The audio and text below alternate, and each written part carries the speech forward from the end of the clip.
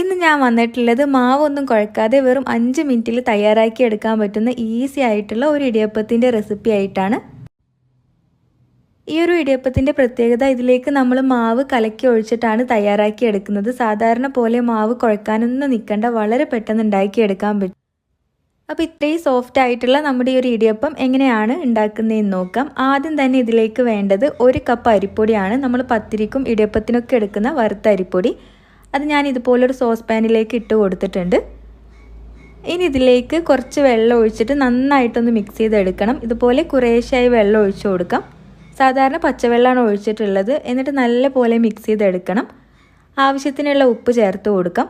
നമ്മൾ ദോശമാവിനേക്കാൾ ഒരു ഇത്തിരി ലൂസായിട്ടുള്ള ആ ഒരു പരുവത്തിലാണ് മാവ് കലക്കി എടുത്തിട്ടുള്ളത്. അപ്പോൾ ഇത്രയേ ഉള്ളൂ കേട്ടോ. ഇനി നമുക്കിതിനൊന്ന് വാട്ടിയെടുക്കണം. അപ്പോൾ അതിനായിട്ട് സ്റ്റൗവിലേക്ക് വെച്ചിട്ട് ലോ ഫ്ലെയിമിൽ ഇട്ടിട്ട് നന്നായിട്ട് ഇതുപോലെ ഇളക്കി കൊടുക്കാം. നമ്മൾ കുഴച്ചെടുക്കുന്ന മാവിൻ്റെ ആ ഒരു പരുവത്തിലാവുന്നത് വരെ ഇതുപോലെ ഇളക്കിയെടുത്താൽ മതി. അപ്പോൾ ഇത് ഈ ഒരു പരുവത്തിലാവുന്നത് വരെയാണ് നമ്മളിത് വാട്ടിയെടുത്തിട്ടുള്ളത്. ഇനി ഇത് നല്ലപോലെ ചൂടാറിയതിന് ശേഷം നമുക്ക് സേവനാഴിയിലേക്ക് നിറച്ച് കൊടുക്കണം. എന്നിട്ട് ഇതുപോലെ ഒരു പാത്രത്തിലേക്കാണ് ഞാനിത് പ്രസ് ചെയ്ത് കൊടുക്കുന്നത്. ഇത് പ്രസ് ചെയ്യുമ്പോൾ കൂടുതൽ ബലം കൊടുക്കേണ്ട കാര്യമൊന്നുമില്ല, പെട്ടെന്ന് തന്നെ ഇതുപോലെ വരും. അപ്പോൾ നമുക്കിനി ഇതിനെ ആവി കയറ്റിയെടുക്കാം. ഇതുപോലെ ഒരു പാത്രത്തിൽ വെള്ളം തിളപ്പിക്കാൻ വെച്ചിട്ടുണ്ട്. അതിൻ്റെ മുകളിലേക്കാണ് ഈ ഒരു പ്ലേറ്റ് വെച്ച് കൊടുത്തിട്ടുള്ളത്. മൂടി വെച്ചിട്ട് നമുക്ക് കുറച്ച് സമയം ഇതിനൊന്ന് ആവി കയറ്റിയെടുക്കാം. കൂടുതൽ ടൈമൊന്നും വേണ്ട, ഇത് പെട്ടെന്ന് തന്നെ കുക്കായി കിട്ടും.